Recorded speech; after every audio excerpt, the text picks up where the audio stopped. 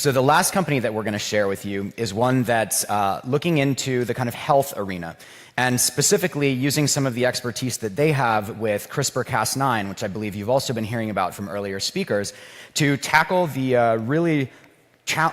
especially big challenge of drug-resistant bacteria. So please put your hands together and welcome Nextbiotics.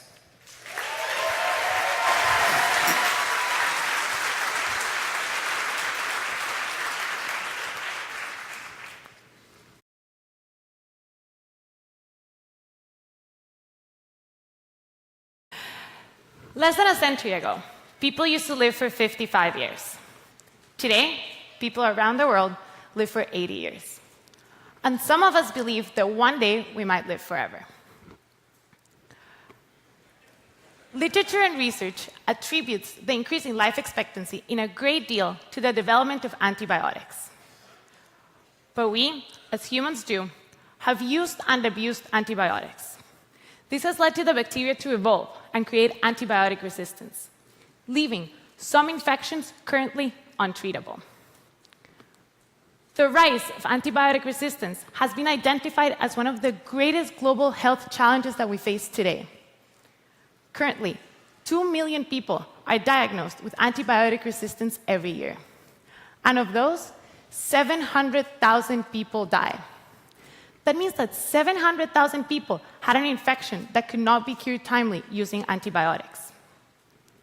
The worst case we heard yesterday is a woman from Nevada. She had a superbug that was resistant to 26 antibiotics. Those are all the antibiotics available in the United States. That means that with access to some of the best medical care around the world, her infection was still untreatable.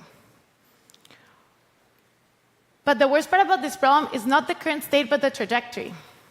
The World Bank estimates that by 2050, like the woman in Nevada, 10 million people will die from antibiotic resistance. We are Nextbiotics, and we're a biotechnology platform that engineers viruses for good. We're going to fight antibiotic resistance, engineering bacteriophage using CRISPR. CRISPR is a cutting-edge gene editing tool that expands the possibility of digital biology. Our approach to market and use of the technology is unique, and we're working on developing our patent. We spent our time at GSP working on a proof of concept, engineering a virus that can kill a specific bacteria.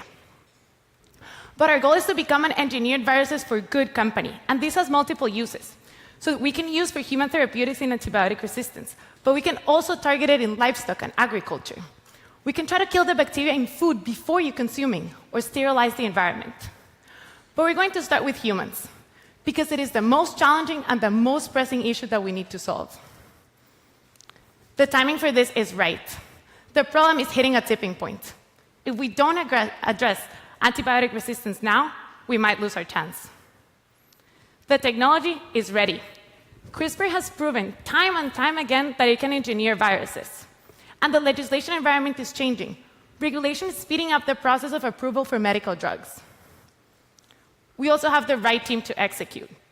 Angie's an experienced entrepreneur, and she worked as the strategy leader for the largest pharmaceutical company in Mexico.